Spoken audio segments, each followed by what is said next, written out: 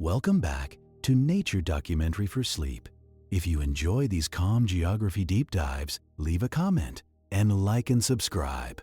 Tonight, you drift into Guilin, where rain and limestone quietly negotiate the skyline.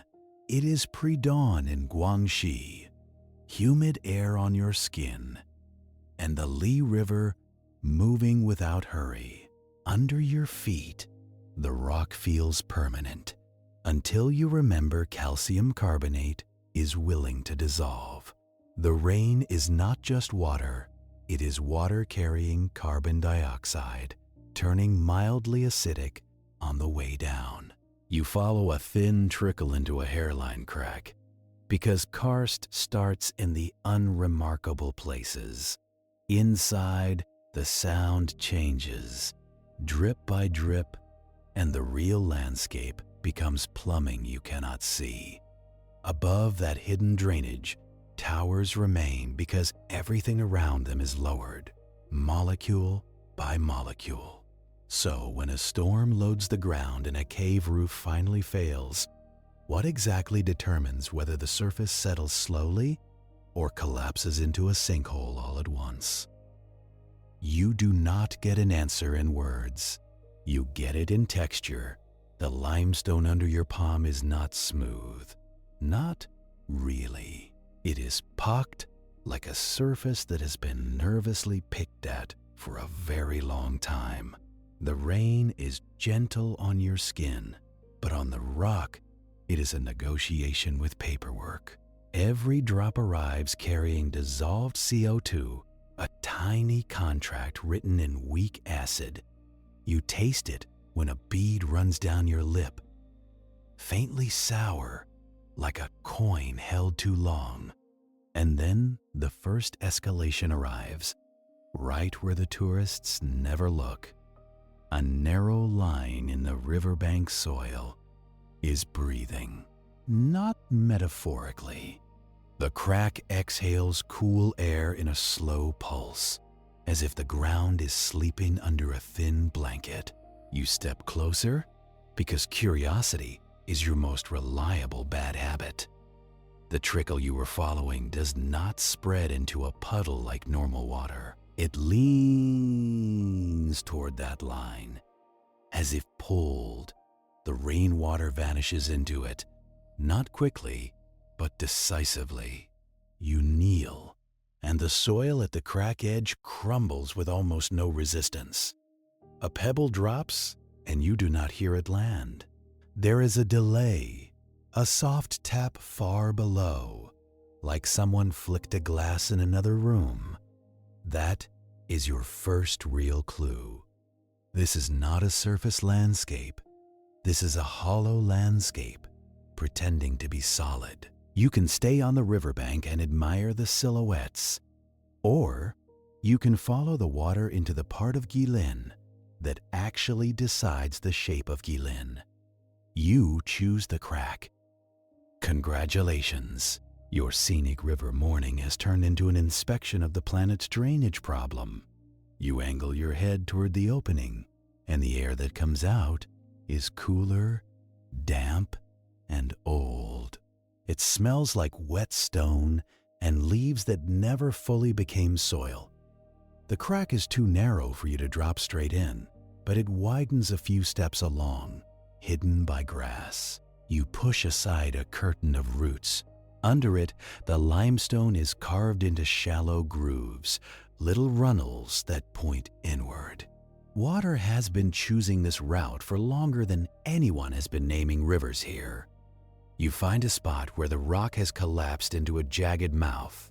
Not a dramatic cave entrance with a sign and a handrail, just a broken seam, half clogged with sticks, as if the earth tried to cover it up again.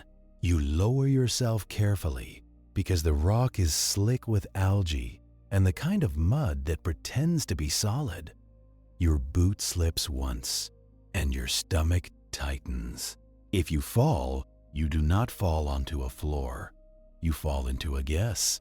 You catch yourself on a root, and it holds, for now. The root is the only thing between you and a private tour of the underworld. You drop the last meter and land in a crouch. The sound changes immediately. Outside, the world was wide, with river hush and distant insects. Inside, the world is close. Every drip has an echo. Every movement scrapes the air. The rainwater that entered before you is already working. It threads down the rock face in thin, shiny lines.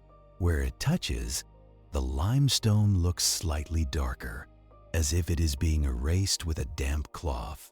This is the first process lesson delivered without a lecture. Limestone is calcium carbonate, which sounds sturdy, like a supplement. But calcium carbonate is also a material with a weakness. It is polite. It will step aside when acid asks it to. Rain becomes acid not because the sky is angry, but because the air is full of CO2. And the soil above is even worse. The soil breathes. Roots and microbes exhale CO2 like a crowded room. So the water that slips through the ground is not pure. It is carbonic acid, mild, persistent, and extremely patient. That patience is the only superpower you need to change a continent. You move deeper, following the trickle by sound. It is not a stream down here, not yet. It is a series of drips collecting into a thin ribbon, then disappearing again into a crack you cannot fit your fingers into. The floor is uneven. There are small domes of calcite, little frozen waves where mineral-rich water once paused and left a trace. There are also pockets in the wall, shaped like spoons, smooth hollows, repeated as if something soft has been scooping the stone. Water did that. Water, with time, is a tool that never gets tired. You crawl through a low section. Your shoulders brush rock that feels cool and slightly greasy. That is biofilm, a microscopic community living on your dissolving architecture. Even here, even in the dark, life shows up and starts meddling. You pause because the ceiling lowers and the passage splits. To the left, you hear a steady dripping. To the right, there is a deeper sound, a distant rush, like faraway traffic. The drip route is safer, probably. The rush route is the real artery. You decide to follow the rush because you did not come here for safety. You came here to understand what holds the towers up and what takes the land down. You stand and shuffle sideways along a narrow ledge. Below you is a shallow channel polished smooth, a past flow line, a former river, underground, now reduced to a wet scar. Your hand slides along the wall, and you feel ridges. They are not random. They are scallops, small repeating curves that point in one direction. They are the fingerprints of flowing water, telling you which way the current used to move. This is how you read a cave when you cannot see the whole map. You follow the scallops. The passage opens. Not into a cathedral, not yet, but into a corridor wide enough to breathe. The air is cooler here and heavier. It beads on your skin. Your hair starts to feel damp at the roots. And then, with no warning, you see it. A stream. A real one. It slides out of a side crack, clear and quick, then runs across the floor. For a moment, you feel relief. Water is predictable when you can see it. But Karst does not let you keep that comfort. The stream runs 10 steps, then drops into a hole in the rock and vanishes. No pool, no gradual sinking. Just gone. A swallow hole, a drain in the limestone, perfectly placed. You walk up to it and shine your light down. The hole is a throat. The edges are rounded, not broken. This is not collapse. This is chemistry making a doorway. You hear the water continue below, louder, more confident. The surface river outside is moving without hurry. This river is in a rush. It has places to be. It has rock to remove. You follow along the channel because the stream is now below you, hidden. The corridor slopes gently down. The sound of water increases. There is a thin mist in the air, a cold breath that tastes like stone. This is the underground city of water, and it runs on routes that are invisible from above. Above your head, somewhere, people are sleeping in farmhouses. They trust their wells. They trust their springs. They trust that the ground is a container. But down here, you can hear the truth. The ground is a maze of shortcuts, a place where water can change its mind. You pass a section where the wall is coated in flowstone. It looks like wax that dripped and hardened, but it is calcite, reprecipitated from water that lost its CO2.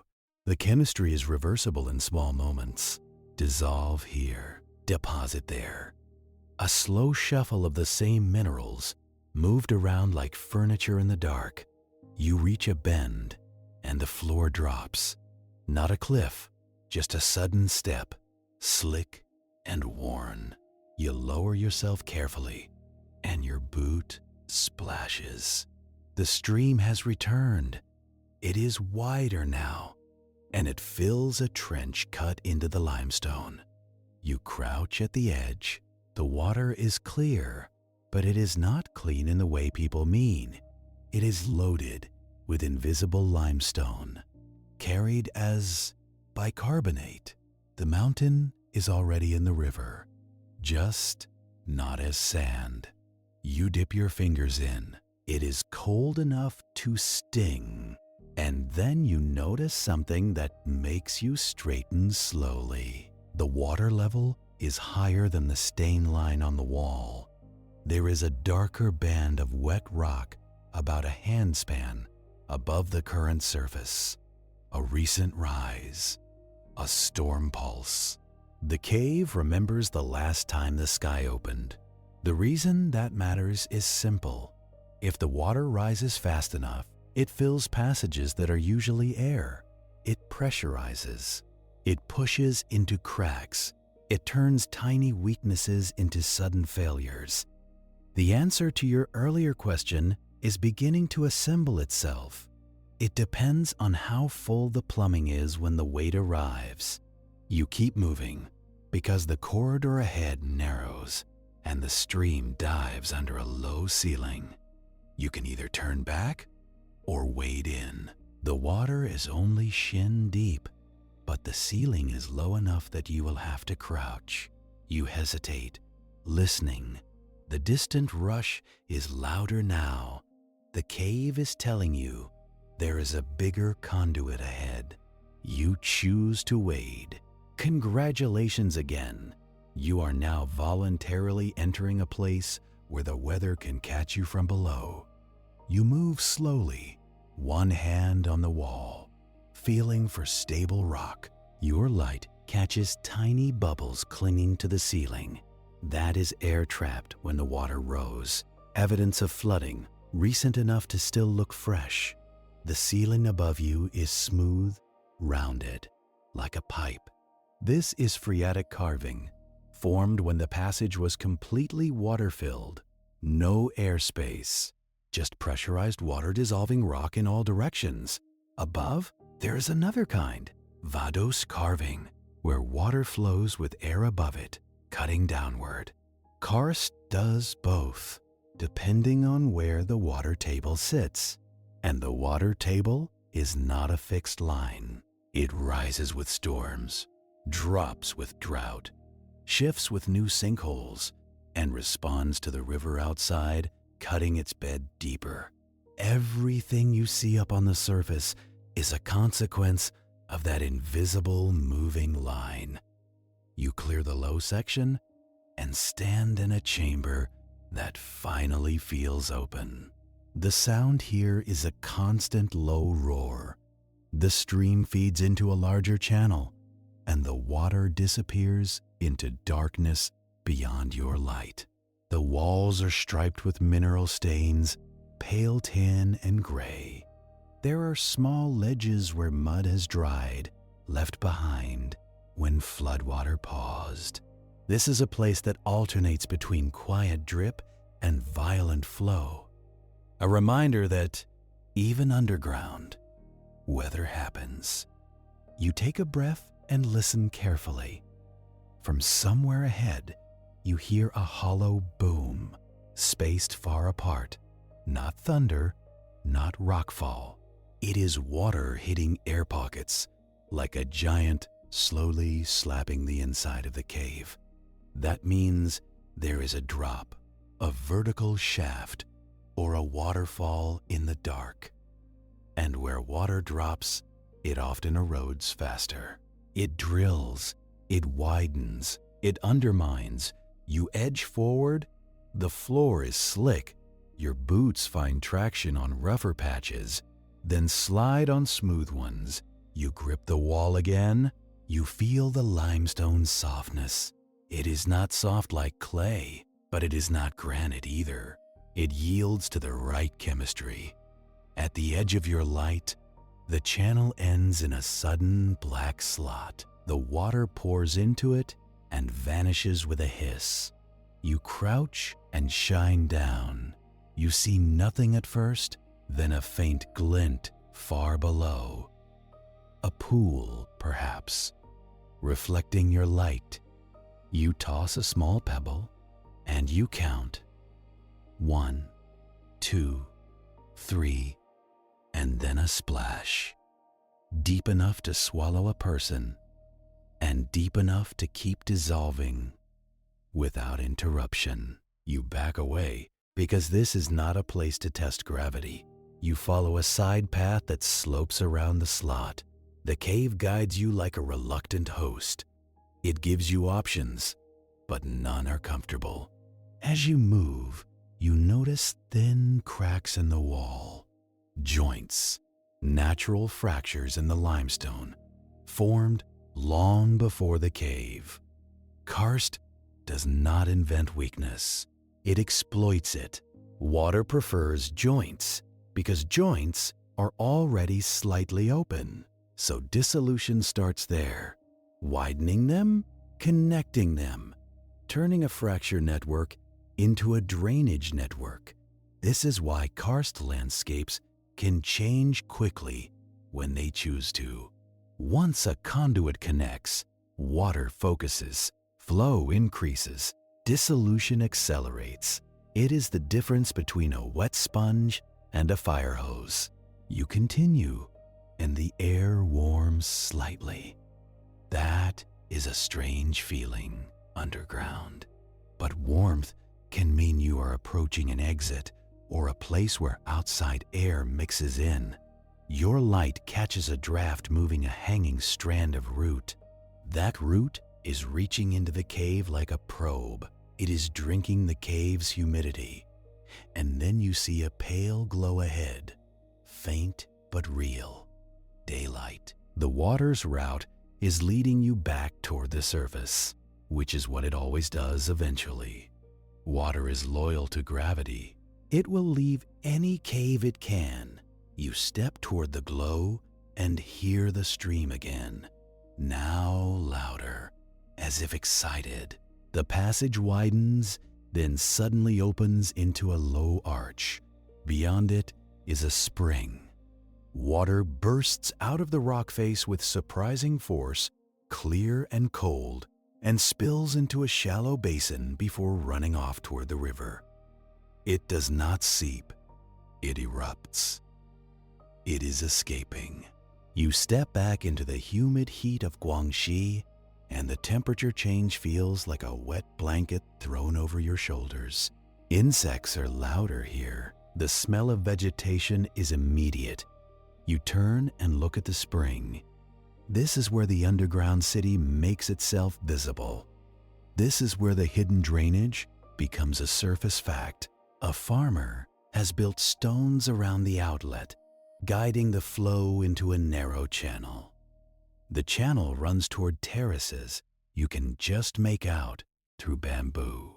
A simple human attempt to make the water behave. But the spring is not guaranteed. In Karst, a spring can shift, weaken, or surge, depending on storms and collapses you never witnessed. The farmer does not have instruments. They have memory. They know when the spring runs low, the rice suffers. They know when it runs high, the path floods. They know the cave system by consequences. You walk along the spring channel and you notice fresh silt stuck to grass stems. A recent flood here too. The storm that raised the water in the cave raised it here, pushing mud out like a cough. That mud is soil from above. It fell into a crack somewhere, was carried through the dark, and delivered here as evidence. A reminder that the surface and the underground are not separate worlds. They are one system, folded into itself. You follow the channel downhill, and the sound of the Lee River returns, faint at first, then more present. The forest thins, the light strengthens, and then, as you step through a gap in the bamboo, you see the first towers clearly. They rise from the valley floor like the last teeth in an old jaw. Steep, isolated limestone pillars, their sides almost vertical. Mist clings to their bases. Low clouds drift around their shoulders. From a distance, you could mistake them for solid monuments, placed there by intention. But now, you have been inside the intention. You have felt the hollow. You have heard the water in the walls. You understand that these towers are not built upward. They are left behind. A boat idles on the river, its engine soft, patient. A man in a conical hat pushes a bamboo pole into the water, testing depth. Tourists will arrive later, cameras ready for the ink painting view. The first boat that slides past you is quiet enough to feel polite. It cuts the mist without urgency, like it knows the river will be here tomorrow. You watch its wake wrinkle the water, and you remember the underground stream. This surface is calm because the violence is happening in solution. You step onto a flat rock at the bank, and it is slick with algae. It looks like solid footing, stable, dependable, the kind of rock you trust? Wrong. This limestone is a sugar cube that learned to hold its shape. Up close, the tower face is not a wall. It is a skin. Rain has engraved it with vertical grooves, like the rock has been combed. The grooves run straight down, not because the stone cracked, but because water keeps choosing the same lines. Those lines are weakness made visible. Every joint, every hairline fracture, every spot where a root once pressed becomes a preferential route. You stand in front of a tower and feel small, which is the point. Then you tilt your head and notice how smooth the cliff is. Not smooth like polished marble, but smooth like something that has been rubbed for 1,000,000 years. That is what chemical weathering does. It does not smash rock into rubble. It edits it. A breeze brings the smell of the river, mud, and vegetation. and old fish. Above, you swallows cut loops through the mist. They do not care that this is a monument. They care that the cliff has ledges and insects. You start walking along the bank because the towers are better read in motion. When you move, the geometry changes. A tower that looked wide becomes thin. A tower that looked isolated reveals a hidden ridge behind it. The skyline is a puzzle made of missing pieces. You pass a bamboo grove that leans toward the water, green and feathered. The soil beneath it is thin, darker where leaf litter has tried to become earth. Thin soil is normal here. Karst does not like to hold on to dirt. Water drains fast through cracks, taking fine particles with it. What remains is a patchwork of stubborn clay and exposed rock. It is farming on a tabletop that has holes drilled through it. You find a footpath leading away from the river, and you take it. Because the towers are impressive from a boat, but they become unsettling on foot. On the river, you can pretend the land is continuous. On land, the ground keeps hinting it might not be. The path rises slightly, then levels into a small terrace. You can hear people now, not close enough to understand, but close enough to remind you this place is lived in. A dog barks once, then decides it has done enough work. A rooster makes a comment to the morning and receives no answer. You come around a bend and see a tower base up close. The limestone is fluted, with grooves deep enough to fit your fingers. Karen, the technical word. It sounds harmless, like a brand of kitchenware. It is actually Rain's handwriting. Water runs down these channels and stays concentrated. Concentration is the secret. Spread water across a surface and it is gentle. Focus it into a groove and it becomes a file. You lay your palm against the rock and it is cool, even in the heat. The surface feels damp in the shade and chalky in the sun. You scrape lightly with a fingernail and feel grains loosen. Not sand grains, but the faint roughness of rock surrendering. It is slow enough to be invisible and constant enough to win. You look higher and see small pits dotting the cliff. Some are as wide as your thumb. Some are as wide as your head. They merge into channels. Channels merge into runnels, and the runnels become the grooves. This is how towers record rainfall, like a long-term ledger, not in numbers, but in texture. A voice behind you says something in Mandarin, friendly, questioning. You turn and see an older man with a woven hat and a cigarette unlit in his fingers. He has the posture of someone who has carried loads up paths like this for decades. He points up at the grooves, then at the soil, then makes a small circling gesture. You do not need the words. He is telling you this is normal and also not normal. Normal for most places where the ground pretends to be ground. He steps closer and taps the limestone with a knuckle. The sound is dull, not ringing. He frowns, then smiles like it is a joke only the land understands. He points toward a low field between two towers, inland from the river.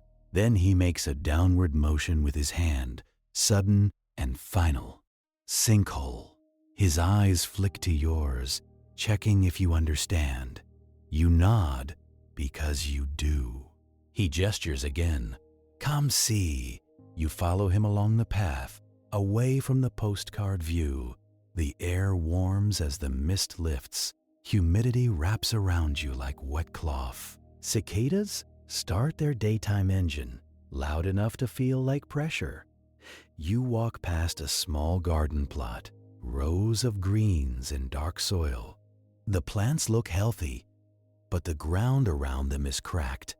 Not dry cracks from drought, hairline fractures, branching like fine veins. Your guide pauses and points. He squats, presses a fingertip into the crack edge, and the soil crumbles. He looks up at you and gives a short laugh. It is not amused, it is resigned. This is the reality check humans get in karst.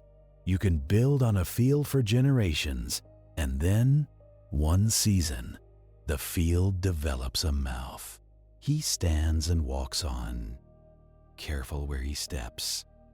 You imitate his caution, because you are not eager to become part of the drainage system. The low field appears ahead, a shallow depression filled with rice paddies. Water reflects the sky in broken pieces between green shoots. The depression is subtle. If you did not know, you would call it a natural low spot. But you know what low spots mean here. Low spots are invitations. The paddies are divided by narrow earthen berms. Some berms are straight, some are slightly curved, as if the ground has shifted. You watch water in one paddy, and you see a faint swirl near the edge. Not a dramatic whirlpool, just a slow, persistent circling. Water looking for a way down. Your guide points to a section of berm marked with bamboo poles. The poles are not decoration. They are warning teeth. He steps close to the marked rim, but not too close. He points at the surface, then makes a listening gesture, hand cupped to his ear. You go quiet. At first, you hear only insects. Then you hear something else. A soft, intermittent settling sound, like distant rice being poured into a sack. It comes from the ground. The earth is shifting grains into a void. Your guide looks at the sky, which is bright now, but hazy at the horizon. He points west, where clouds are stacking like furniture. He says a word you recognize from context: rain. You feel the air change before the rain arrives. The wind lifts, then stops. The humidity thickens again, as if the atmosphere is inhaling. You stand at the edge of the depression and take in the wider scene. Towers ring the field like silent spectators. Their bases are not clean. They are stained darker near the bottom, where soil moisture clings. You can see notches in some of them, shallow horizontal grooves, old water levels, times when the ground surface or the water table sat higher. The tower is not just a pillar, it is a timeline. You point to a notch, and your guide nods. He points lower, then shrugs. Lower now. That shrug is the entire story of Tower Karst.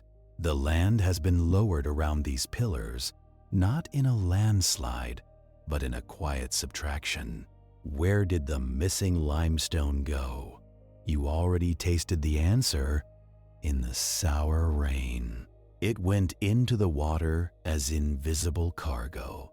But here, in this field, the missing rock is also becoming absence you can fall into. Your guide walks along the berm toward a spot where the paddy water looks slightly different, not darker, not muddy, just unsettled. You follow, stepping carefully. The berm under your foot has a springiness that makes you tense. It is not supposed to feel like that. Soil should be firm when saturated. This feels like a wet sponge over a drain. You crouch and put your hand on the berm. You feel tiny vibrations, not from footsteps, from water moving below, pulling grains with it. Piping, the process name. In human terms, the ground is being stolen from the inside. A few meters away, A farmer in rolled-up pants is working the paddy edge. He looks up, sees the bamboo poles, and keeps his distance. This is not a mystery to him. It is a known risk, like a sharp knife in a kitchen. You do not panic every time you see it. You just respect it because it will cut you if you get careless. The sky darkens slightly, and the cicadas get louder, as if trying to finish their song before the storm interrupts. Your guide says something short and decisive and points toward a slightly higher patch of ground near a tower, a safe place to watch. He is not leaving. Neither are you. You choose to stay for the storm because you want the landscape to reveal itself. Karst is shy in good weather. It shows its teeth in rain. You move to the higher patch, a small rise with rocks protruding through soil like knuckles. From here, you can see most of the depression. You can see the bamboo-marked rim. You can see the subtle sag in the center where the water swirls. You can see the towers, indifferent and vertical. The first drops hit the paddy water and make tight circles. The smell of wet soil rises immediately. Then the rain thickens, warm and heavy. The paddies start to fill, water rising against the green shoots. The berms darken and soften. You watch the swirl strengthen. It becomes more obvious now, a small, rotating pull.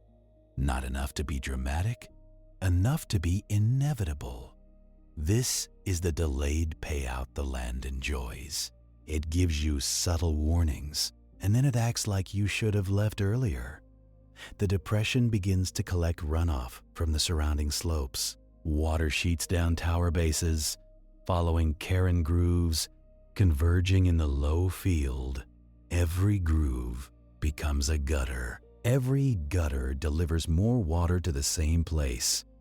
Your guide watches the bamboo poles, eyes narrowed.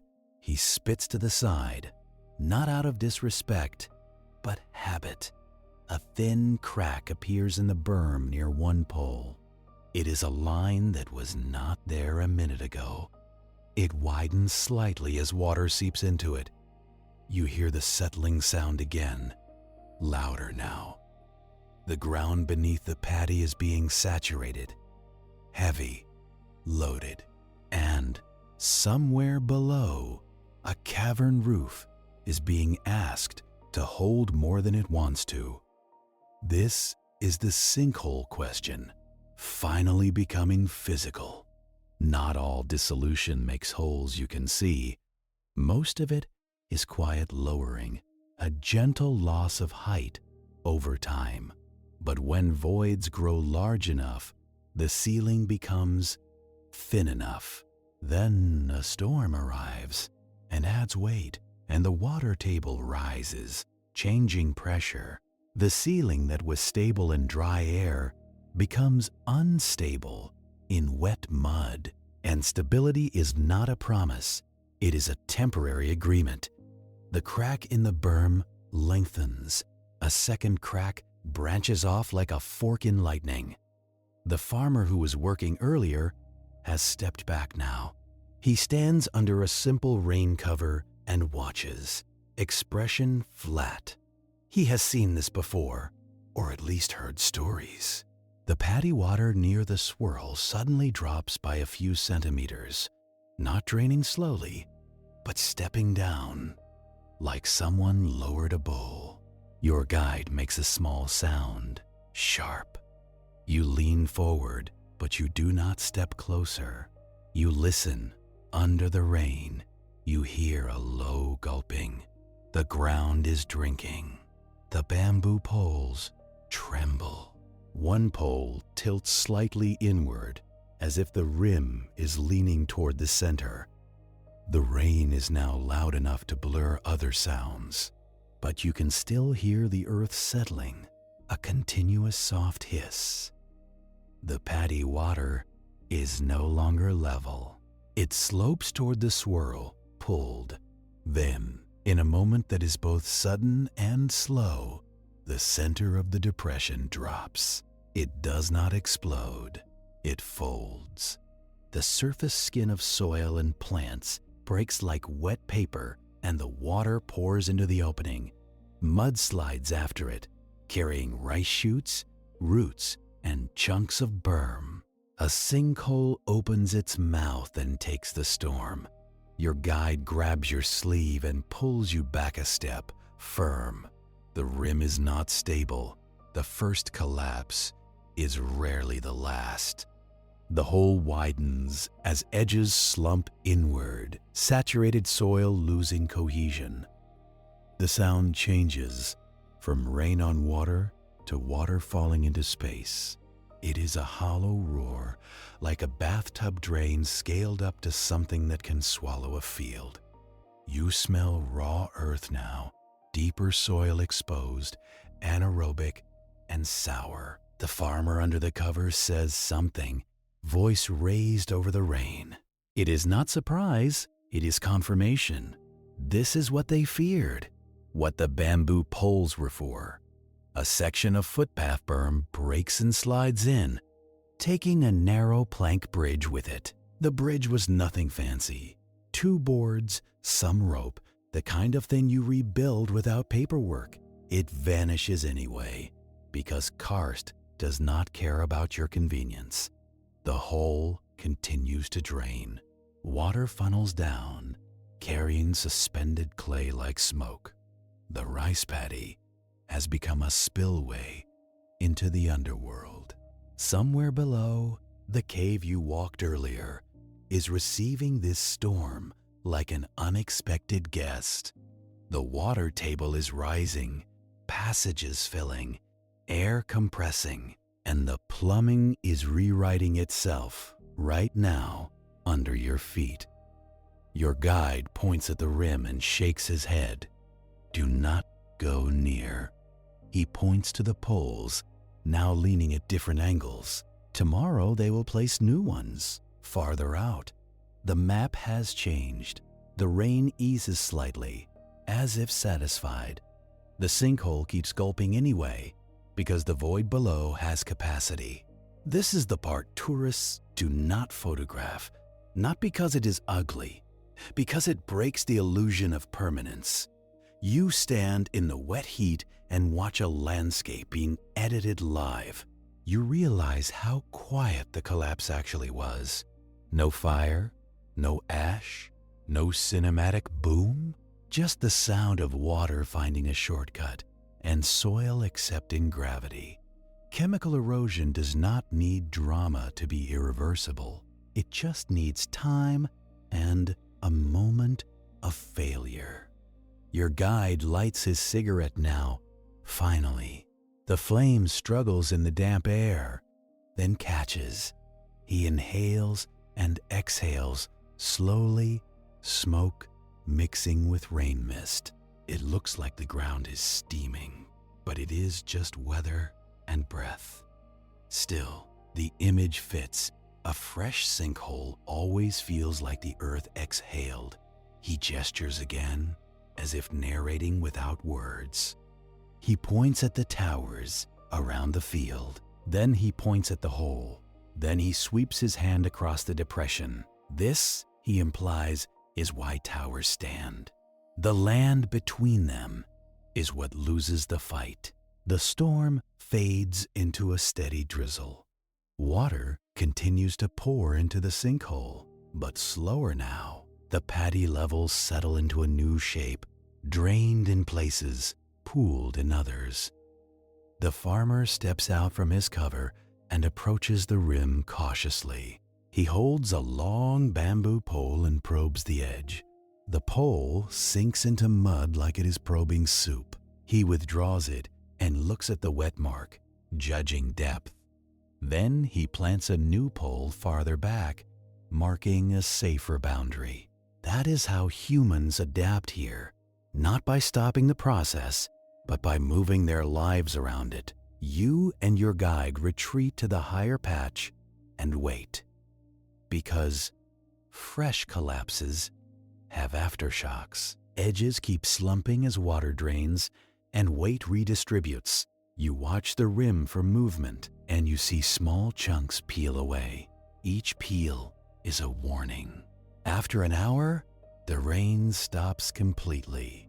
The clouds break into pale layers and the heat returns like an unpaid bill. Steam rises from vegetation. The sinkhole's interior is too dark to see clearly, but you can hear water still falling. A continuous trickle, deeper now as the main flow has drained. The hole is a new throat connecting surface to cave. It is also a new input point for silt, fertilizer, and whatever else was on the field.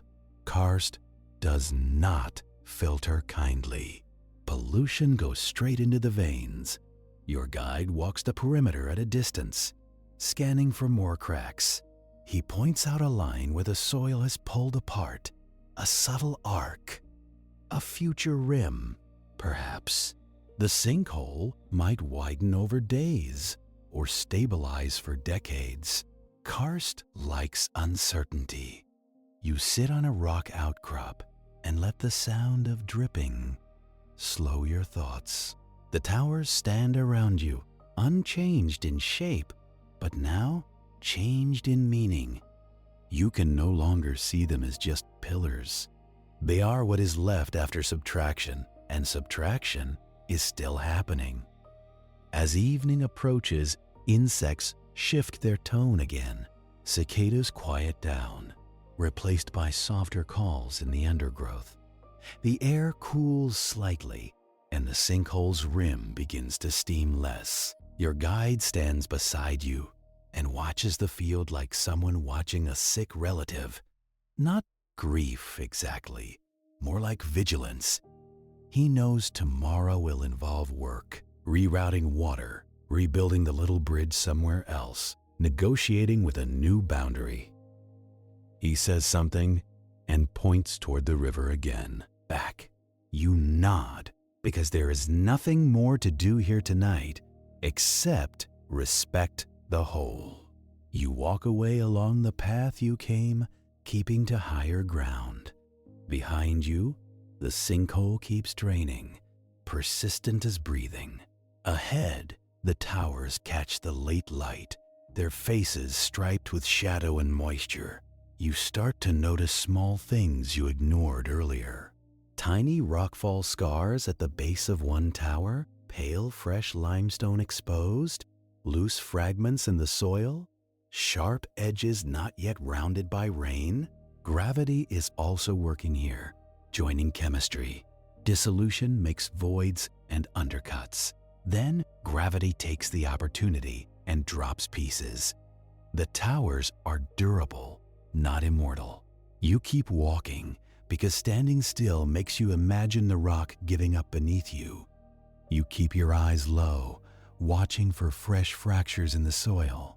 You start treating every straight line on the ground like a warning label. The path dips and rises, weaving between bamboo and limestone outcrops. Your guide stays a few steps ahead, choosing the firmest-looking earth. You mimic his foot placements, like you are learning a dance with the land. Every so often, he taps a rock with his pole. The sound tells him what the surface refuses to explain. A ringing tap means thick, intact stone.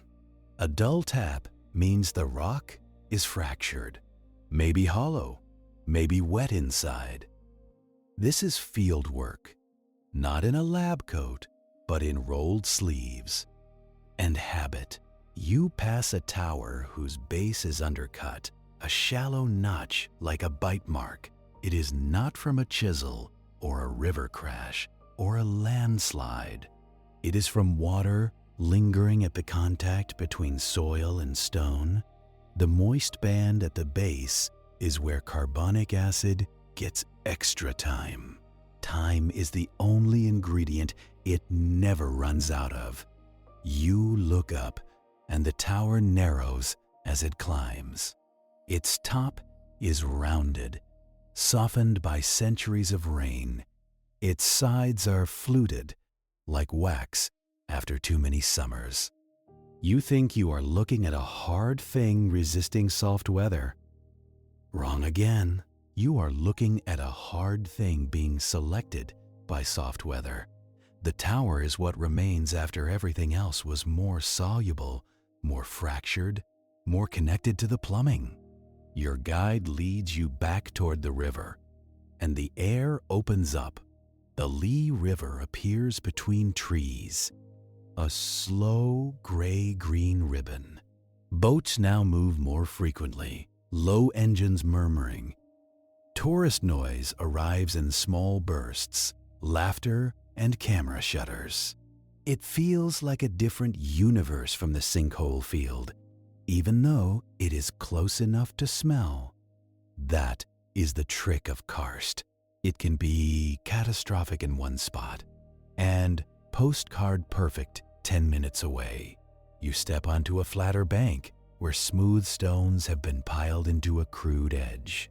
The stones are worn and rounded, but not from rolling downstream. They are worn by handling, carried by hands that rebuild this edge after floods. The river itself looks stable, like a calm surface that has made peace with gravity. But you do not trust calm anymore. You watch the current and you start thinking in layers. The water you see is only part of the flow. There is water beneath the riverbed, moving through gravel. There is water beneath that, moving through cracks in bedrock. And there is water beneath that, moving through caves that do not want to be mapped. Your guide stops and points upriver. He says a few words, and you catch one of them dawn.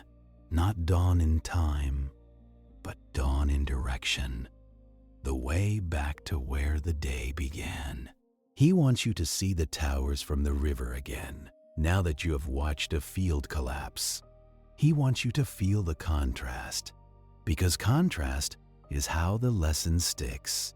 You step into a narrow boat, low to the water, and sit carefully. The seat is a plank that has learned your spine will not be comfortable. Congratulations! You are now riding a liquid conveyor belt that carries mountains away without looking like it does. The boat pushes off, and the bank slides past. Bamboo leans over the water like it is eavesdropping. The towers rise again, their silhouettes sharpening as the light shifts. You see the same view that ends up on calendars, black limestone against pale sky. But now you can feel the hollow spaces behind the image, like an unseen second scene. You drift past a tower whose base disappears into vegetation. You wonder if there is a cave entrance hidden in that green. In karst, that is not paranoia, it is probability. The river bends, and the current quickens slightly where the channel narrows. The boatman uses his pole, not just for propulsion, but for information. He probes the depth, reads the bed by feel, avoids snagging on submerged rock. His pole is a simple instrument, but it tells him what the surface refuses to say. Depth changes here can be abrupt. A river over limestone can have hidden drops where the bed collapses into a void. You watch the pole flex, the boatman's hands adjusting with casual precision. He has learned to trust resistance. The boat passes a low cliff, and you see honeycomb pitting near the waterline. Small holes, clustered like the rock has been aerated. Some are above the current level, showing older water positions. Some are wet now, actively being enlarged. It is a quiet demonstration of base level, a term that sounds like accounting. In human terms, base level is the river's decision about how low it will cut. If the river carves down, everything else follows. Groundwater levels drop, cave passages drain, and new ones form lower. Old caves get stranded above, dry and forgotten, like obsolete plumbing. You think of the cave corridor you walked earlier. It might not always be wet. It might be a future fossil cave, high and dry, filled with bats and dust. The idea should feel comforting, a system settling down. But it does not, because a drained cave is not a solved problem. A drained cave is a void waiting for a roof to fail. The boat rounds another bend, and the towers become more densely packed. Some are isolated pillars, true Fenglin, standing like teeth in open valley. Others connect into ridges, Feng Kong, clustered peaks with saddles between. The difference looks aesthetic from a distance. Up close, it is hydraulics and fracture patterns. Feng Kong forms where dissolution and collapse keep the landscape rough and peak-filled. Fenglin emerges later, when lowering has progressed, isolating the stubborn pillars. It is a landscape aging in reverse of how you expect. Instead of building complexity, it subtracts until only the strongest shapes remain. Your boatman points at a gap between two towers. From the river, it looks like a simple valley, but you can see the floor of it is unusually flat, almost too smooth. That flatness can mean sediment has been trapped there, a temporary basin. Or it can mean collapse has already happened and stabilized, creating a plain over a filled void. Karst can hide its own scars under rice and grass. The boat drifts closer to shore, and you hear water moving where no stream is visible. A faint gurgle, like a bottle pouring in the distance. You lean toward the sound, and you see a small spring outlet at the base of a tower. It is not dramatic, just a steady run of clear water sliding from a crack. The crack is edged with a thin white crust, chalky and fresh. This is not dissolution. This is the reverse. Calcium carbonate returning to solid, right here, quietly. The water is degassing, losing CO2 into open air. When CO2 leaves, the chemistry shifts and calcite can precipitate. Travertine, tufa, names that sound soft and tourist-friendly. But what they mean is the river can also build when conditions change. It is not building towers here, not on this scale. It is just leaving little receipts, proof of what it carries. You dip your fingers into the spring flow. As the boat pauses, the water feels colder than the river. That cold is underground memory, insulated from sun. You rub your fingers together and feel faint grit, not sand, but mineral texture. The white crust on the rock is delicate. You could scrape it off with a fingernail, and it would flake like cheap paint. It is stone being born, but it is still fragile. The boatman nudges the boat back into current, and the spring slips behind you. The river widens slightly, and the surface becomes smoother. Reflections sharpen, towers doubling in the water. This is where people fall in love with a view. You try to let yourself feel it too, because beauty is still allowed. But the beauty has teeth now, because you know what it costs. Each reflection is of a pillar made from absence. Each calm surface is a layer over invisible flow. You pass a group of tourists on another boat. They point at a tower and smile like it is eternal. You almost envy them, the innocence of not thinking about caves. Almost, because ignorance is comfortable until the ground decides to educate you. The boat moves downstream through a corridor of stone. The towers press closer, and the sky becomes a narrower strip. Wind funnels through, cool against your damp shirt. You smell wet limestone, that clean mineral smell mixed with algae. A heron lifts from the bank and glides low over the water. It is hunting, focused, indifferent to geology. But the heron's world depends on karst too. Springs feed the river, and the river feeds the fish, and the fish feed the heron. The entire food chain is riding on chemistry that happens in the dark. Your boat scrapes lightly against something under the surface. A dull bump, then release. The boatman adjusts, pole pushing off. He mutters, not angry, just attentive. Submerged limestone blocks can shift after floods. A collapse upstream can deliver debris, or change currents, or expose new rock. The river is not a fixed road, even if it looks like one. As the day slides toward late afternoon, the light turns warmer. The towers take on a honeyed tone, shadows deepening in the grooves. You notice how the grooves channel rain even when it is not raining. After a storm, water clings in them longer, seeping slowly. It is like the rock holds on to wetness as a habit. That lingering water matters because reaction needs contact. Carbonic acid needs time on the surface to do its work. Fast runoff is less destructive than slow trickle. So the tower's own microtexture controls its future. The stone is not passive. It is shaped by water, and it shapes water in return. The boat docks briefly near a stone stairway cut into the bank. Your guide steps out and gestures for you to follow. He wants you on foot again, higher up, where you can see not just towers, but their bases and notches. You climb the steps, each one slick with river moisture.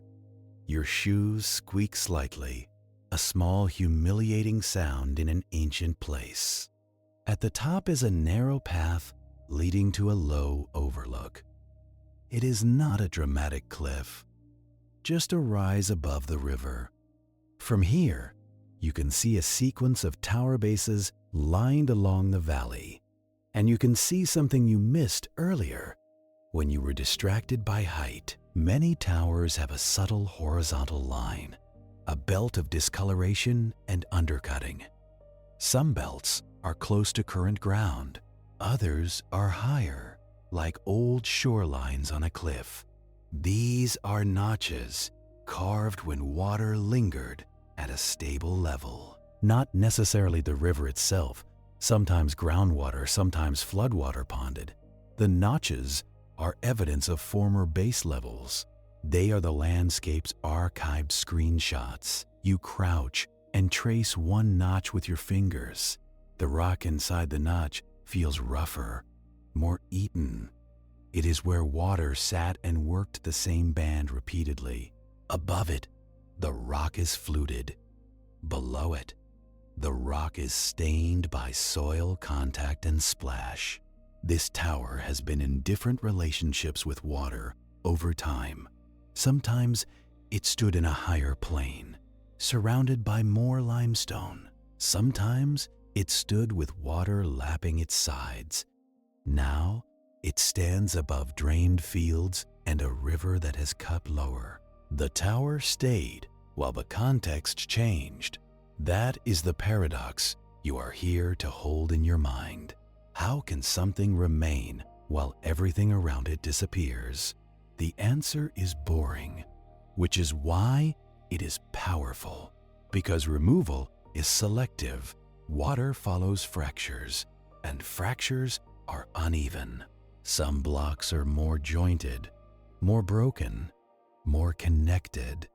They dissolve faster, lowering the land. Other blocks are less fractured or positioned away from major conduits. They resist longer, becoming residual hills, then towers.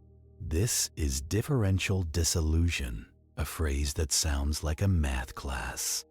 In human terms, it is the universe playing favorites with cracks. Your guide points to a small cave opening halfway up a nearby tower. It is just a dark oval in the rock, hidden by vines. It looks impossible to reach without gear.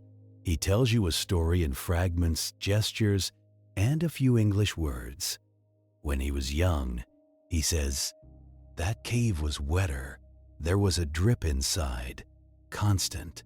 Now it is mostly dry. Except after big storms. That means the water table has dropped, or the flow path has shifted away, leaving that cave stranded. A cave that was once active is now a fossil passage, and fossil caves are time markers. They tell you where groundwater used to run before the river cut down.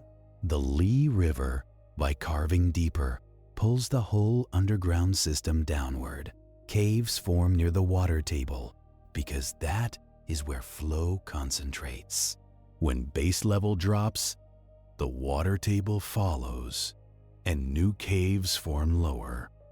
The older caves become abandoned, high in the towers like forgotten floors in a building. You imagine the landscape as a multi-story apartment with water moving tenants downward. The upper floors become empty, dry, unstable. The lower floors become crowded, wet, noisy, always under renovation. And every renovation involves removing rock. You sit on the overlook and let your breathing slow. The river below is steady, but you hear faint trickles from the bank. Small seeps draining the last storm's moisture. They glint in the light, thin as threads. Each thread carries bicarbonate, carrying rock away by the molecule. You think of the sinkhole again, the sudden fold into the dark. That collapse was dramatic because it changed the surface instantly. But the more important change is the one that happens quietly every day. The land lowers without noise. A tower stands because the surrounding plain drops millimeter by millimeter. If you wanted a time lapse, you would have to be patient in a way humans are not. You would have to watch the same notch deepen over generations. You would have to notice springs shifting by meters, then tens of meters.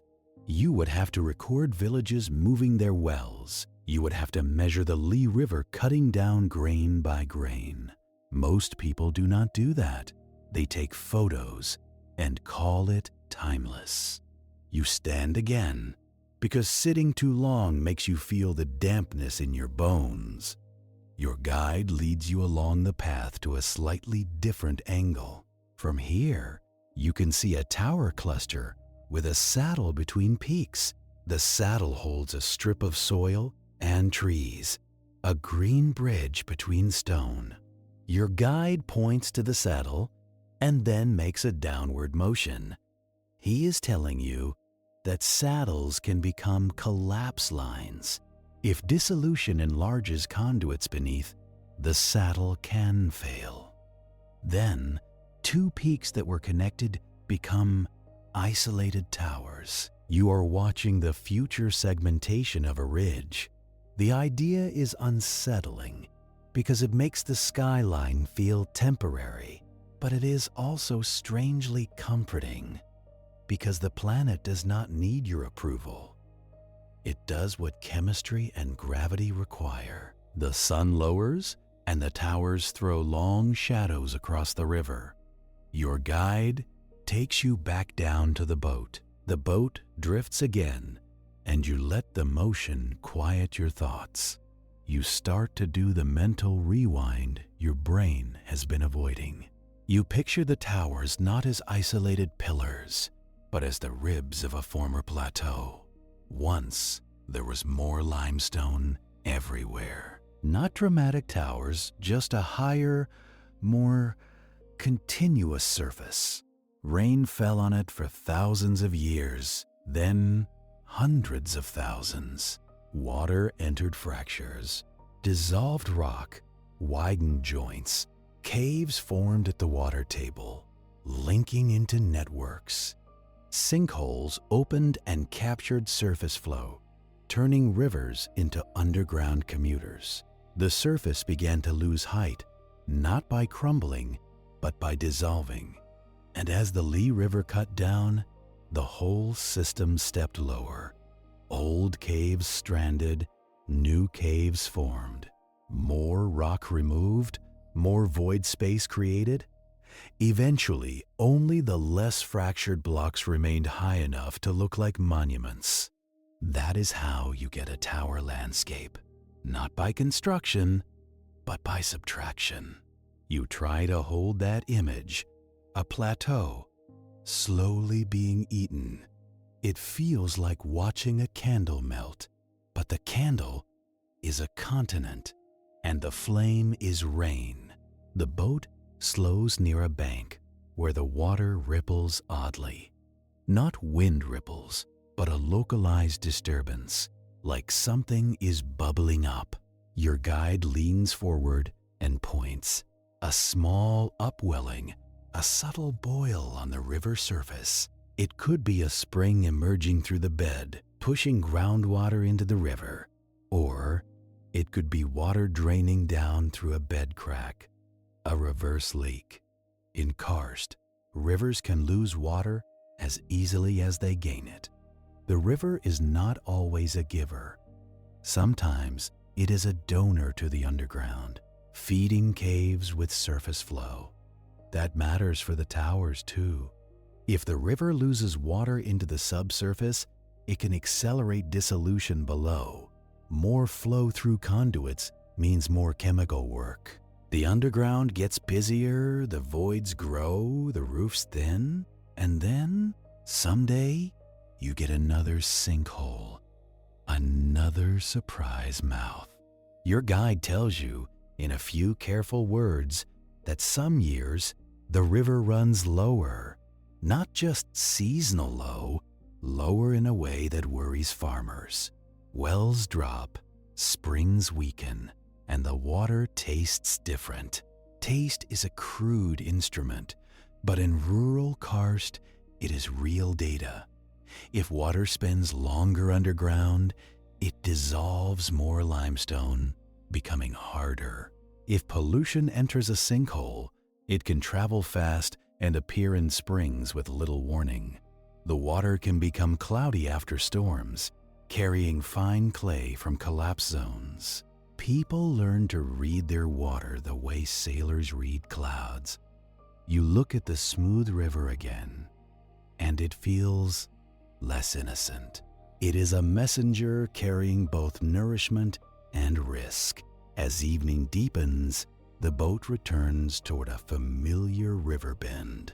The towers here look like brushstrokes in a traditional ink painting. Black forms rising from pale mist. You feel the temptation to let the mind drift into pure aesthetics.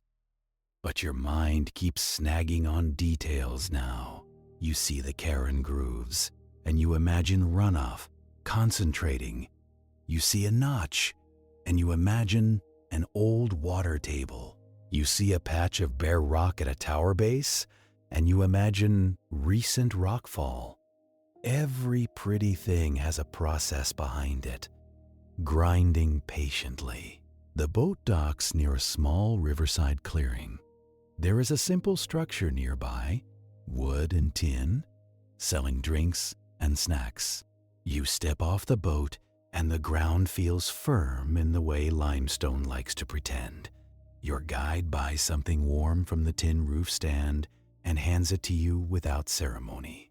It tastes like sweet ginger and hot water, which is exactly what your damp throat wanted. You sip and watch the river slide by like it is carrying secrets under a calm face. A tourist nearby unwraps a snack, takes a photo, and moves on.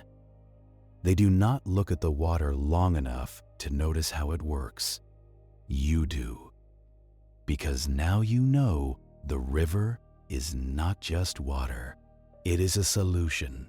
It is limestone diluted into invisibility and delivered downstream like stolen goods. You crouch at the edge where river laps the stones, and you watch the tiny bubbles rising. Most are just air escaping between pebbles, but a few cling stubbornly to the rock surface, then pop with a faint snap. That pop is a chemistry event, small enough to ignore, big enough to build landscapes. When water loses CO2, it stops being such an efficient thief. It can no longer hold as much dissolved calcium and carbonate, so it starts giving some back.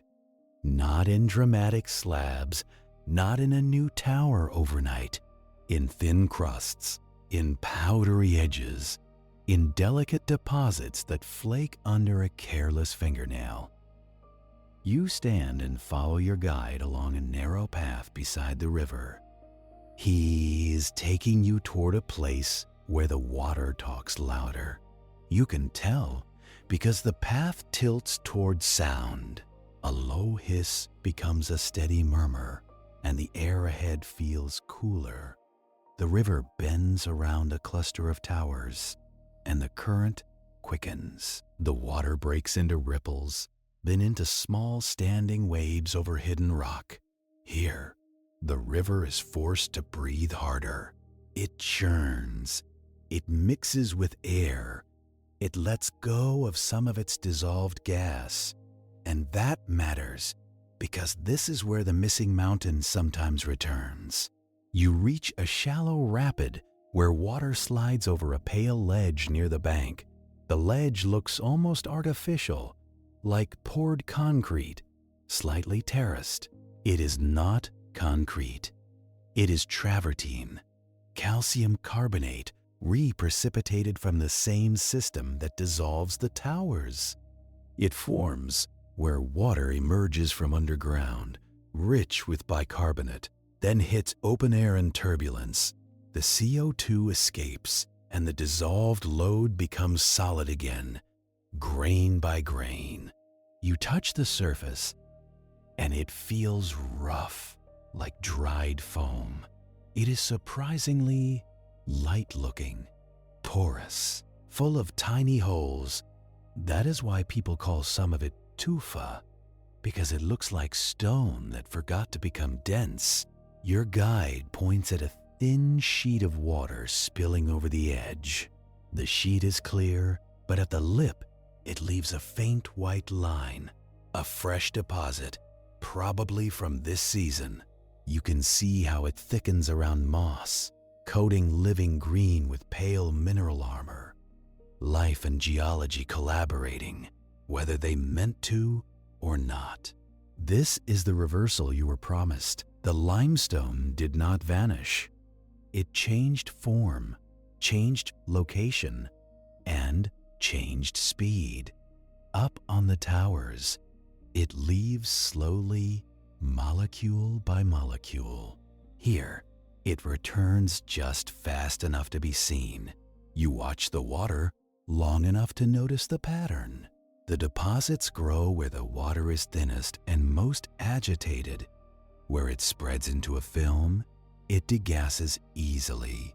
Where it pools quietly, it keeps its CO2 longer and carries the load onward. So the shape of the channel controls the shape of the rock. Not by force, but by persuasion. Your guide taps the travertine with his pole. It makes a brittle sound, not the heavy knock of old limestone. He looks at you and shrugs again, the same gesture he used for the lowered water table. Temporary. Travertine can build fast compared to towers, but it erodes fast too. A flood can tear it up like drywall. A season of polluted water can stop it forming at all. Because precipitation requires a delicate chemical balance, and humans are not delicate creatures. You follow the path past the rapid, and the river smooths again into a dark mirror. A faint film rides the surface in places, the kind that catches light in rainbow edges. Not oil, probably just organic scum from plants. Still, you find yourself thinking about how quickly contamination would move here. Karst is famous for clear springs, and equally famous for being impossible to protect, because there is no slow filtering through sand and clay. There is only a crack, a swallow hole, a conduit, and a sudden appearance in someone's drinking water. You remember the new sinkhole in the rice field, still draining after the storm. That hole is not just a hazard for ankles and footbridges. It is a new mouth for the entire watershed. Everything that washes into it ends up in the underground city. Fertilizer, animal waste, pesticide, silt, plastic wrappers, whatever the rain can carry. And then, later, it comes back out at a spring like the one you touched, smiling innocently. Congratulations. You have discovered why karst landscapes make engineers sigh in long, tired sentences. Your guide leads you to a low wooden platform by the bank, half observation deck, half fishing spot. You sit and let your legs rest while the towers hold their silhouettes. The platform creaks, and you feel the vibration travel through boards into your bones. Even the wood is part of a system here, grown on thin soil, fed by water that might change its route. You look across the river at a tower with a pale streak running down its face. It looks like bird droppings at first. Then you realize it is a calcite vein exposed by weathering, a line of different texture. It is a filled fracture, a former weakness patched by mineral-rich water long ago. That fracture was once open enough for fluid to move. Then the system sealed it, like scabbing over a cut.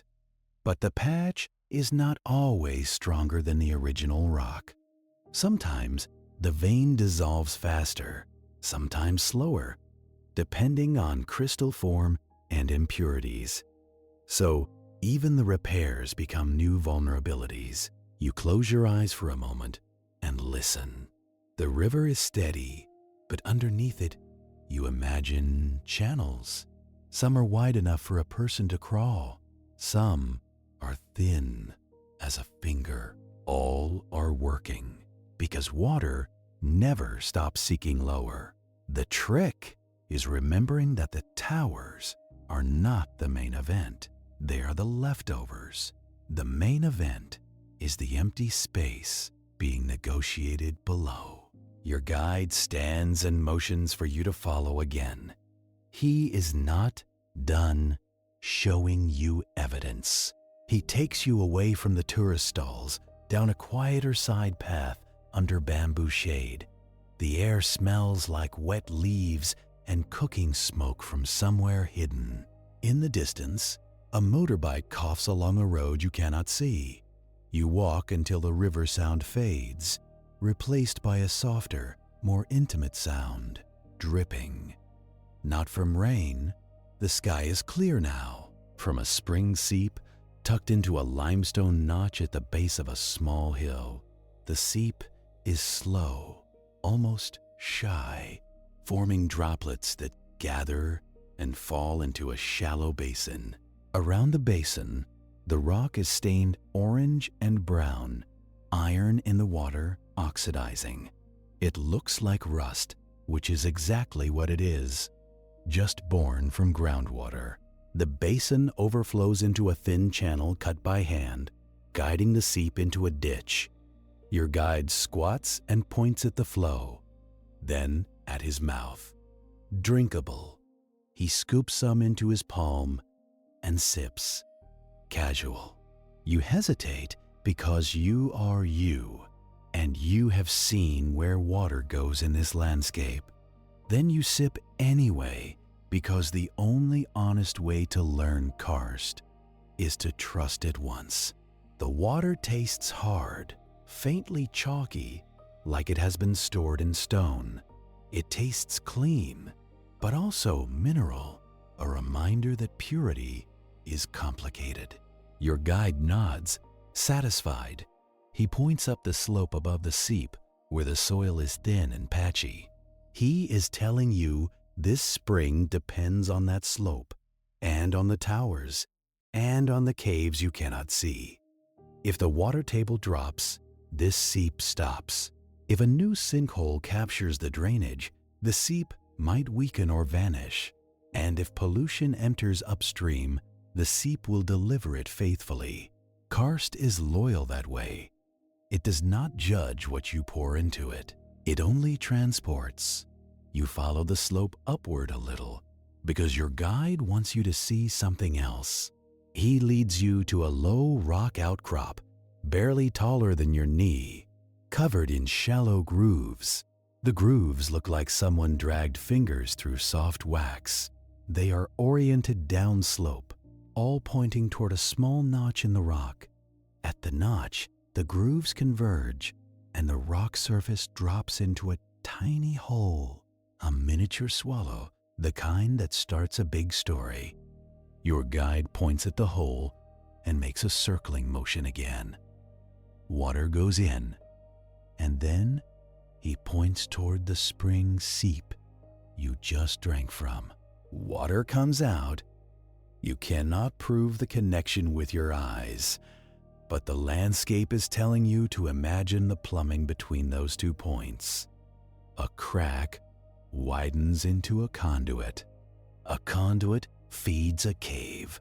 A cave drains to a resurgence. And somewhere along that path, limestone becomes dissolved cargo. You stand there, looking at a hole the size of your fist, and you realize the scale trick Karst plays. It starts with something you can step over. Then it becomes something that can swallow a field. Then it becomes a skyline that people worship in ink paintings. All because water is persistent and rock is negotiable. Your guide gestures toward a steeper footpath climbing between bamboo and limestone blocks. He is taking you up, not to a famous viewpoint, but to read time from height. You climb, and your lungs notice the humidity again. The air is heavy, and each breath feels like drinking warm cloth. The path is uneven, cut into soil that is more clay than loam. In karst, the soil often becomes what limestone cannot. As calcium carbonate dissolves away, insoluble residues remain, especially clays and iron oxides, so the soil can be surprisingly sticky, bright red in places, like the land is bruised. Your shoes collect it, and each step becomes heavier. Congratulations, you are hiking a landscape made from what could not be dissolved. Halfway up, the vegetation thins, and the limestone shows itself more openly. You pass a section where the rock surface is sharp, jagged, like broken plates. This is another kind of cairn, formed where water runs off quickly and leaves edges behind. It is the kind of surface that cuts ankles and ruins sandals. Tourist paths avoided for a reason. Your guide does not. He steps carefully, placing feet on flatter patches, moving with a familiarity that looks like indifference. You follow, slower, because your skin is softer than the planet's schedule. You reach a small ledge partway up a tower flank, not a summit, just a place where the slope eases. From here, you can see the valley floor, the Lee River shining between green ribbons of bamboo. You can also see something more subtle, a line across the landscape that does not belong to vegetation.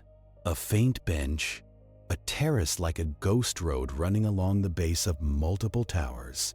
Your guide points at it, then at the notches you traced earlier.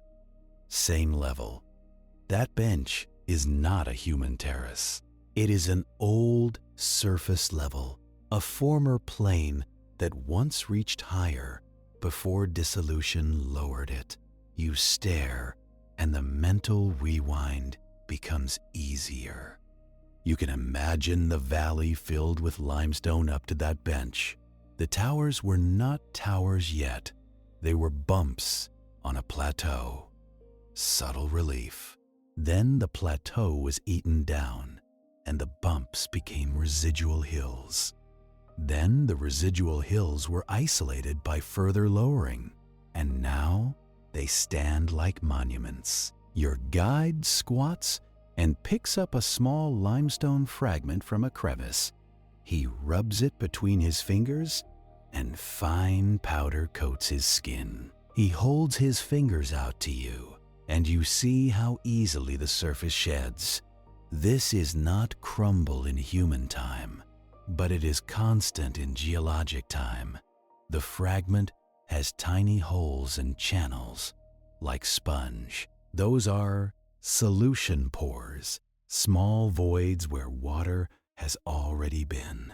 You look down again at the river, and you think about base level with more respect. The river is the drain for everything. As it incisors cutting lower, it drags the water table down with it. When the water table drops, former phreatic passages drain, leaving air-filled caves. Air-filled caves allow different processes. Now water flows as streams, cutting downward in Vados canyons inside the rock. Now ceilings dry, crack, and become vulnerable to collapse. So river incision does not just carve a valley. It rearranges the entire underground architecture. And that rearrangement creates risk for anyone farming the thin soils on top. Your guide points to a patch of forest on a nearby slope. From here, it looks continuous, but he shakes his head and makes a downward gesture. More sinkholes, he implies, hidden under trees. They can be old, softened by leaf litter. They can be new, still sharp. You will not see them until you step wrong, and the ground answers. The path continues upward a little, then ends at a small rock face with a dark opening. Not a big cave entrance, just an oval, half obscured by vines. Your guide stops and looks at you, eyebrows raised. He wants you to choose. You can stay on the ledge and enjoy air and view, or you can crawl into another piece of the underground story. The opening is low, and the rock around it is slick, polished by hands and rain. There is a faint smell of guano, dry and sharp. A bat flickers inside, a quick shadow that reminds you this is occupied. You crouch and shine your light in, careful not to blind whatever lives there. The passage slopes inward, just far enough that daylight fades quickly. Your guide gestures, go, but his voice stays quiet. Even he respects caves like they can hear you. You lower yourself into the opening, and the air changes again. Cooler still, carrying the scent of damp stone and old dust. The ceiling is close enough to touch, and you feel limestone smoothness under your fingertips. This smoothness is not polish from tourism. It is scalloped, subtly wavy, like the inside of a pipe. Phreatic again. This cave was once full of water. Now it is mostly air, and that fact tells you something about time. This is a fossil level, stranded above today's water table. The river cut down, the groundwater followed, and this passage was abandoned. Abandoned does not mean safe. It means the cave no longer has water supporting its ceilings. It means fractures can dry and widen. It means gravity can start collecting its payment. You crawl forward until the passage opens into a small chamber, barely the size of a room. The floor is dry in patches, dusty with fine sediment. In one corner, there is a scatter of broken rock, pale fragments piled like spilled dishes. A ceiling fall, old enough that dust has settled, but new enough that edges still look sharp. You look up and see the scar, a patch of ceiling where the rock surface is fresh and pale compared to the darker stained surroundings. This cave is shedding, slowly, quietly, but inevitably. Your guide points at the ceiling scar, then makes a small downward motion with his fingers. One day, he implies, more will fall. Maybe not today, maybe not this year, but the agreement is temporary. You move carefully because you do not want to be in the room when geology gets impatient. At the far side of the chamber, you see a thin line of calcite, like a frozen drip, a small stalactite, not much longer than your thumb. It glows faintly under your light, translucent at the edges. This is another clue. Stalactites form when water seeps slowly through rock, carrying dissolved calcium carbonate. When the droplet reaches air, it loses CO2 and leaves a tiny ring of calcite behind. Ring by ring, it grows.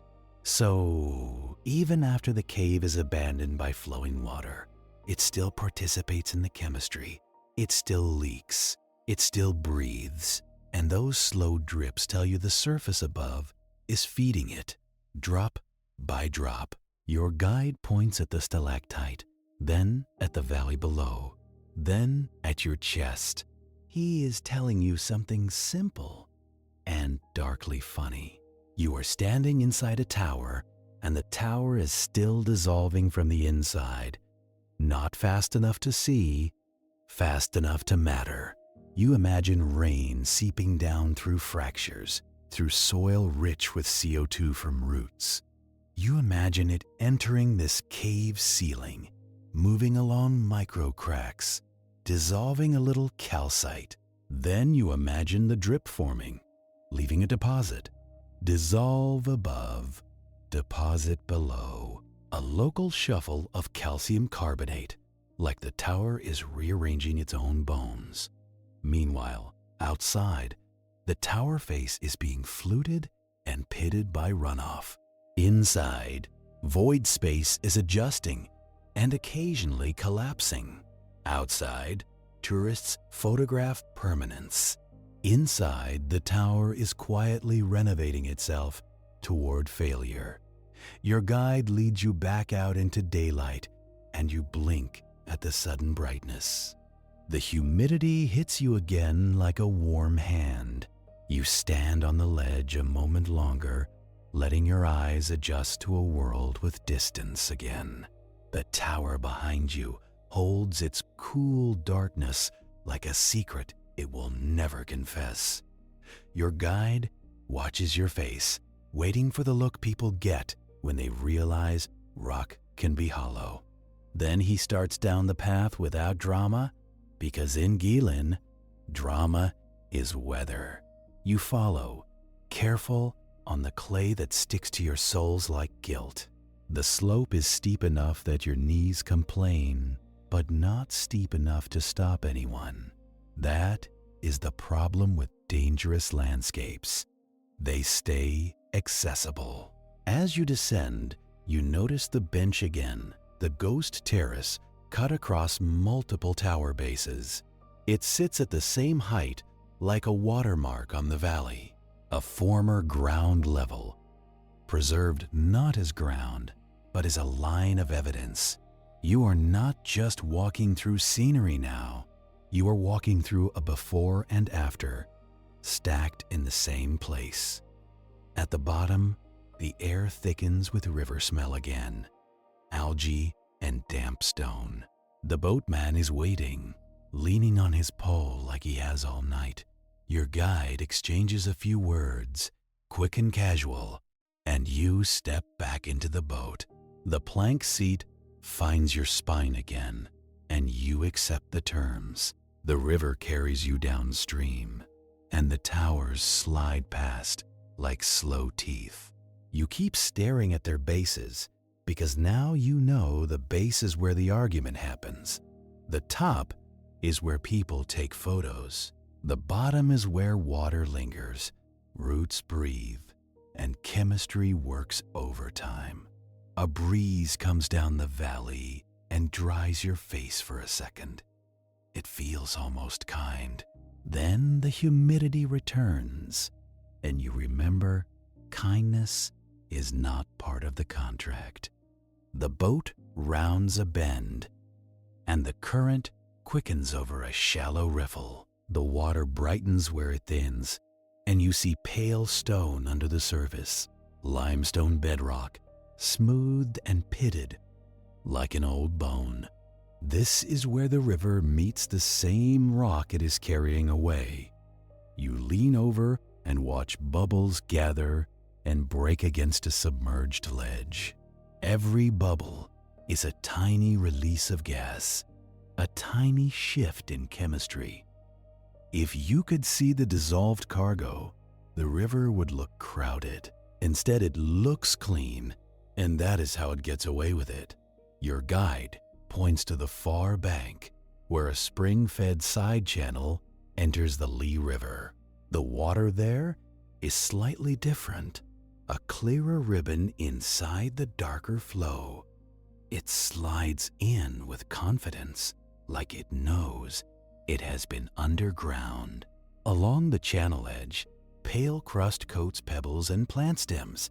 Not much, just enough to show the system is exhaling.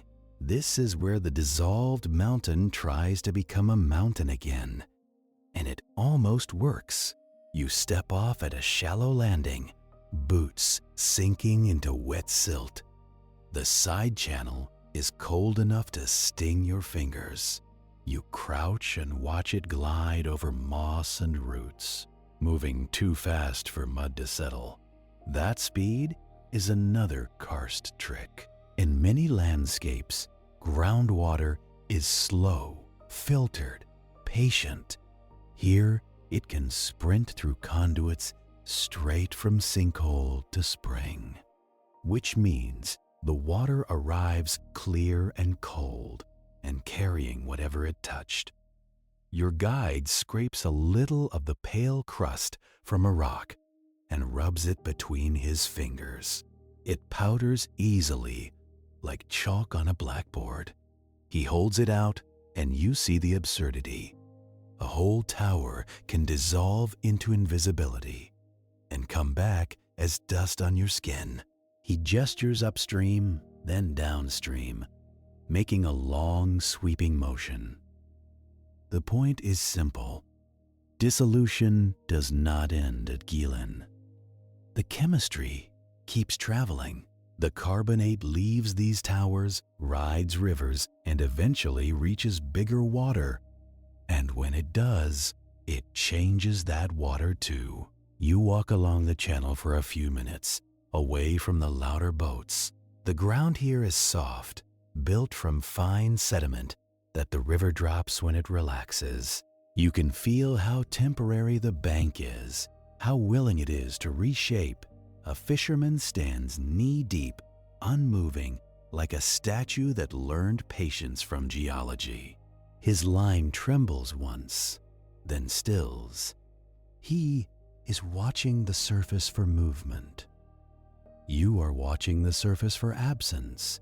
Your guide stops near a cluster of reeds, where the channel undercuts the bank. He points at the exposed soil profile, then taps the limestone beneath it. Soil above, rock below, and a thin, wet seam between them. That seam is a workshop. Water lingers there, protected from sun, fed by roots and microbes. It is where carbonic acid stays in contact longest. If you want to understand why towers get undercut, you look at seams like this. He pokes the seam with his pole, and a small piece of soil slumps away. Nothing dramatic, just a reminder that edges are never done moving. You look back toward the river and see a big tour boat glide past a cluster of towers. It looks serene, slow enough to feel respectful, but you know what that boat is selling. It is selling permanence, packaged as calm. Your guide makes a short sound, half laugh, half sigh. He points toward the inland fields again, away from the water, where people actually live with consequences. Then he starts walking, and you follow because you are not done being educated. A footpath leads away from the side channel, climbing gently between bamboo and low limestone ribs. The soil turns redder here, iron-rich clay left behind after carbonate dissolved away. It stains your boots, your socks, and eventually your patience. This red clay is what remains when the limestone has been edited out. Karst leaves behind a residue, like a crime scene. The bamboo thins, and you pass a small quarry scar, a bite taken from a limestone outcrop, not a giant industrial pit, just a local extraction, blocks cut and hauled away. The cut face is bright, raw, and sharp-edged. It looks out of place beside the softened grooves of natural cairn. Your guide touches the cut surface and then points toward the towers. Same rock, different tempo. Nature dissolves slowly, with endless patience. Humans prefer to skip to the end. The quarry scar has a small puddle at its base, rainwater collected in a shallow depression. Your guide crouches and points at the waterline. You lean in and smell it. It has a faint chemical edge, not strong, just present. Fresh limestone dust makes water a little different, a little more alkaline. The chemistry that usually happens in darkness is happening here, exposed. You look at the puddle and think about how easy it would be to spill something here, how quickly that spill would find a crack, how faithfully a spring would deliver it later, cold and clear and innocent. Karst does not forgive carelessness. It just transports it. The path continues, and the land flattens into low fields stitched with narrow ditches. You recognize the layout from earlier, the way farmers organize water like it can be persuaded. You pass a house with a concrete courtyard, a few buckets, a mop, and a small stack of bottled water. Even here, with springs nearby, people buy sealed certainty. That detail hits harder than any warning sign. A woman rinses vegetables at a tap, and the water runs clear. But she keeps the bottled water close anyway. Experience has taught her the tap can change after storms. Your guide pauses by a well cover, a round concrete lid with a metal handle. He lifts it slightly, just enough for you to feel cool air rising. Not cold like the cave, but cooler than the afternoon heat. The well breathes too. He lowers the lid again and taps it, as if to say, "Do not trust what you cannot see." Then he points toward the direction of last night's sinkhole, and his face tightens. He does not have to say it. That new hole might change this well. Not today, maybe not this month, but the plumbing has been rewritten. In Karst, rewritten plumbing is never neutral. A distant rumble rolls across the valley, and you look up automatically. Not thunder. A truck, heavy moving along a road you still cannot see. The sound reminds you the modern world is here, even in a landscape that looks ancient. And the modern world loves limestone.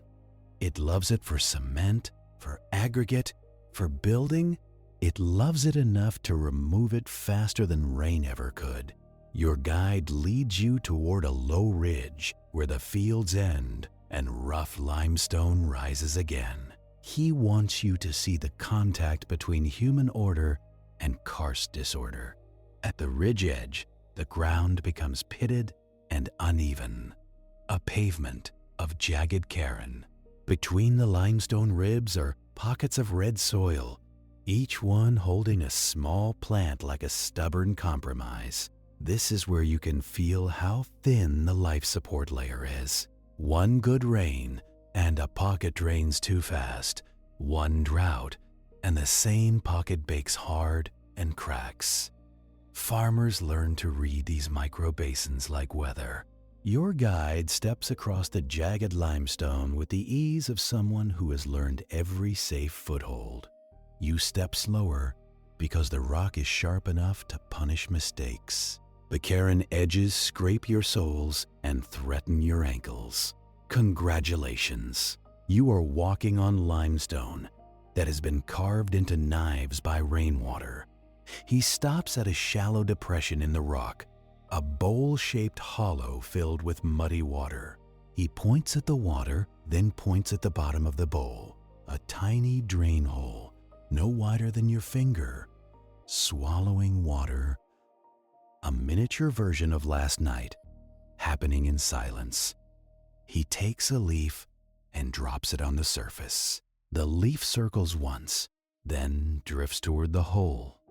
Then it sticks at the edge, held by surface tension, not yet ready to be taken. He looks at you like that is the joke. Sometimes the only thing between stability and collapse is a clogged drain. He uses his pole to clear the hole gently, and the water accelerates. The leaf finally dips and vanishes with a soft slurp. You watch it go and feel a strange sympathy for the leaf. It did not know it was standing on a door. You keep moving along the ridge, and the towers remain visible through gaps in bamboo. From here, they look less like monuments and more like stakes driven into the earth, markers of what has not been removed yet. Your guide stops near a narrow fracture running across the limestone pavement. It is wide enough to fit your fingers, and it disappears under soil at both ends. He kneels and shines his phone light into it. The crack goes down farther than it should into darkness. He drops a pebble, and you listen. A short fall, then a faint tap, then nothing. Not a deep shaft, but a voided crack enlarged by dissolution.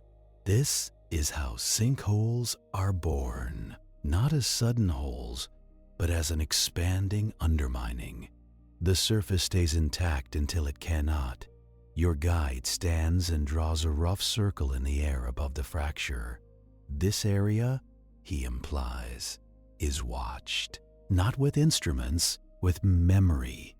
People notice when a crack widens, when a tree tilts, when a patch of ground stays damp too long. In karst, observation is survival, and the data set is your own lifetime.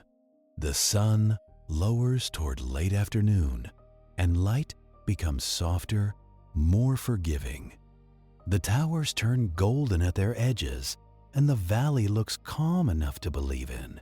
But then you hear it again, faint and familiar, a gurgle from somewhere beneath your feet.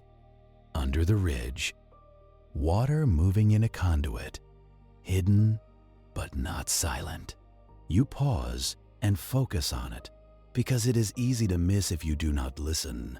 That sound is the main character, not the towers. The towers are just the scenery around the sound. Your guide leads you back down toward the river. because he knows you need to end where the dissolved mountain travels. The path slopes through bamboo shade and the air cools slightly. You step over a narrow ditch carrying clear water, likely spring-fed. The ditch runs straight, hand-cut, but the water inside it is not obedient. It tries to disappear into cracks along the ditch wall. Someone has lined parts with concrete, trying to keep the water on the surface. It is a small human victory, temporary and expensive. The concrete is already cracked in places, and weeds grow through the fractures. Even your repairs become new pathways. Back at the Lee River, the soundscape changes to boats and voices again. Tourists gather near viewpoints, and vendors sell drinks and souvenirs with tower silhouettes printed on them. A landscape turned into a logo, because that is what humans do when they cannot own something. You and your guide keep walking past the crowds, staying close to the waterline.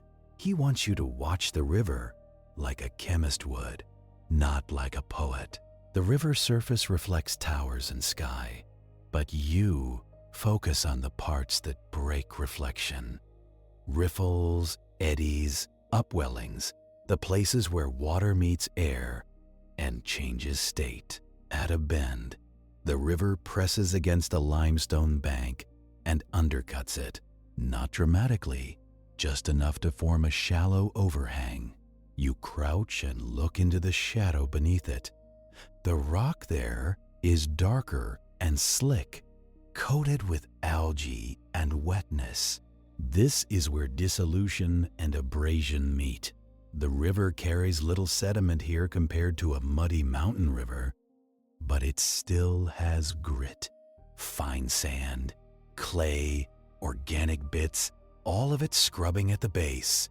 And the water itself is doing chemical work at the same time. A slow-motion demolition crew, now with 2 tools instead of 1. Your guide picks up a small pebble from the bank and holds it out. It is not limestone. It is a harder rock, likely carried from upstream, maybe from a different formation. He taps it against the limestone bank, gently. Tick, tick, a small sound, but the idea is heavy. Even a hard pebble becomes a tool when a river gives it a job. You stand and follow the river bend, and you see a thin line of white deposit on a rock midstream, just above the waterline, where splash keeps it wet and air keeps it degassing. A perfect little laboratory. The river dissolves limestone upstream, carries it here, then redeposits a fraction in a thin rim.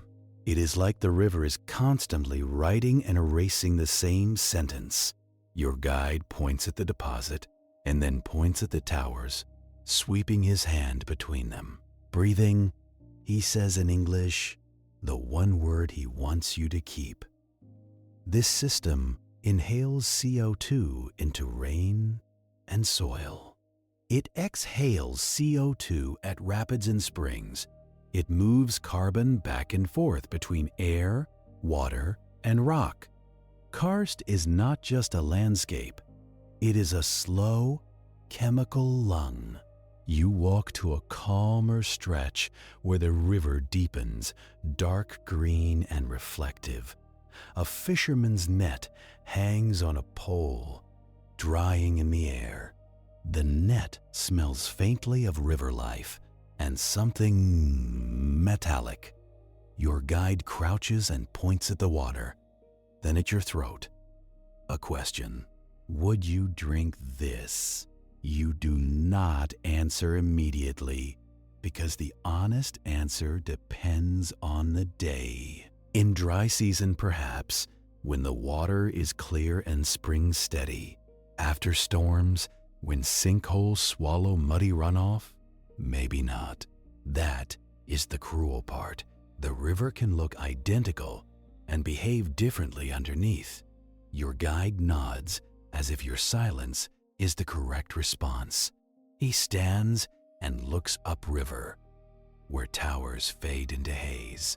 Then he looks downriver, where the valley opens and the river heads toward bigger networks. He is reminding you that what happens here does not stay here. The bicarbonate load travels onward, into larger rivers, into reservoirs, into the sea, and along the way, it affects water hardness, ecosystems, and how humans manage drinking supplies. He leads you to a small signboard near a path junction, faded from sun. It shows a simple diagram of local water protection rules, probably for visitors. Do not dump waste. Do not wash vehicles in the river. Do not throw trash into sinkholes. The fact the sign exists tells you enough. People do these things, and Karst does not filter their mistakes slowly. It delivers them quickly, sometimes to the very spring you sip from later. The light softens further, and the day leans toward evening. You feel the fatigue in your legs from climbing and crouching and listening. Your guide seems less tired, or maybe he is just used to carrying awareness like this. He gestures toward a familiar viewpoint near the riverbank, a place where the towers line up in the classic silhouette. The same spot people photograph at sunset because the light turns the stone into ink. You walk there with him and you try to see it the way a tourist would, just for a moment. A calm river, a bamboo fringe, a skyline of impossible limestone towers. It looks like a painting that forgot to be real. Then your mind supplies the missing layers without asking permission. The caves behind the towers, the joint networks, the sinkhole still draining in the rice field, the bicarbonate load sliding past your boots right now. You stand at the viewpoint and feel the contradiction settle into you. This is beauty, and it is also subtraction. It is a truce between rock and water that will not last. Your guide sits on a low stone and lights another cigarette, shielding the flame